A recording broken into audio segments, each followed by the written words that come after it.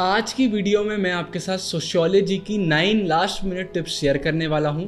इन tips को आप follow करिए एंड के प्रिपरेशन में और एग्जाम में ये टिप्स आपको बहुत ज़्यादा हेल्प करेंगी। सीधा इस वीडियो को चालू करते हैं। सब कुछ मैंने लिख लिया है, एडिट वगैरह नहीं करूँगा, टाइम बहुत कम है। टिप नंबर 1, आपको पेपर उल्टा चालू करना है। पहले लॉन्ग आंसर आप करेंगे, फिर शॉर्ट करेंगे, फिर एमसीक्यू की तरफ आगे बढ़ेंगे। सोशियोलॉजी में जो आंसर्स हम लिखते हैं वो बहुत सोचकर लिखना पड़ता है, तो स्टार्टिंग में लॉन्ग आंसर को आराम से करिए, आखिरी में टाइम कम भी पड़ जाएगा तो शॉर्ट और एमसीक्यू में आपको दिक्कत नहीं जाएगी। तो अगर आप मेरी माने तो मेरा यही कहना है कि पेपर हमें उल्टा चालू करना चाहिए। फिर मैंने आपको पहले भी बताया है, एमसीक्यूज में आप 30 सेकेंड से ज़्यादा टाइम नहीं देंगे। 30 सेकेंड में जो भी आंसर आपको सही लग रहा है वो आप लिख देंगे, फिर एंड में टाइम मिलता है तो आप क्रॉस चेक वगैरह कर सकते हैं।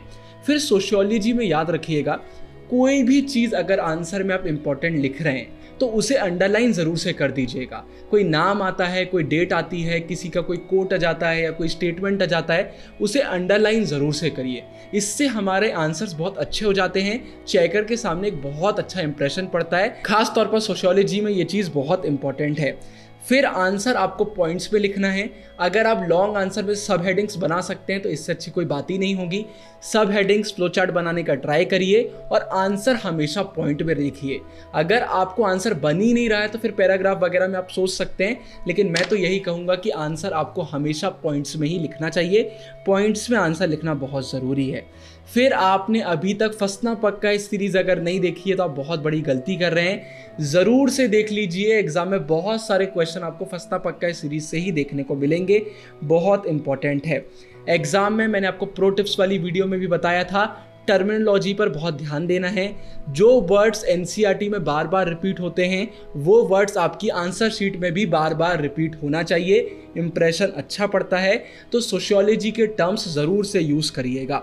रीडिंग टाइम का बहुत अच्छे से यूज़ करना है। रीडिंग टाइम में पूरे पेपर को 2 बार पढ़ लीजिए कि क्या क्वेश्चन आए हैं, आप कैसे आंसर लिखेंगे। माइंड में ना सब कुछ चलने लग जाता है। अगर रीडिंग टाइम को हम सही से यूज़ कर लेते हैं तो आंसर फ्रेमिंग में हमें ज़्यादा नहीं सोचना पड़ता, याद रखिए। और एक और चीज़ मैं बोलना चाहूँगा, आंसर में अगर कोई भी डेटा आप लिख रहे हैं तो तभी लिखिएगा जब आप 100% श्योर हो। ये गलती मत करिएगा कि यार मुझे तो डेट याद नहीं है, मन से कुछ भी लिख देता हूँ, चेकर क्या ही देखेगा। ये बहुत बड़ी गलती है। अगर आप 100% श्योर हैं तो ही डेटा लिखिए, नहीं तो कोई और पॉइंट आप बना सकते हैं।